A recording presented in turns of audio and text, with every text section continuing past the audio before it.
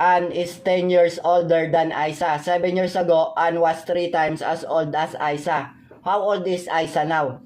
So dito gagamit tayo ng trial and error na method. So ang hinahanap natin is yung edad ni Isa.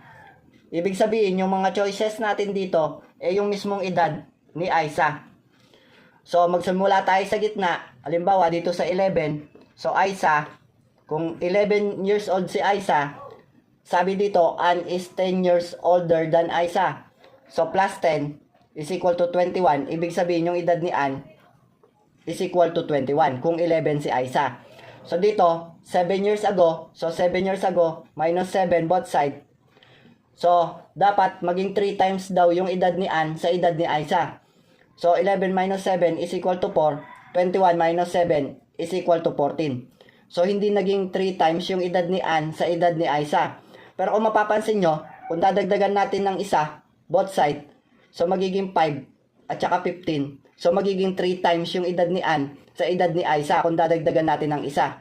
So ibig sabihin, dadagdagan lang natin ng isa. So 11 yan.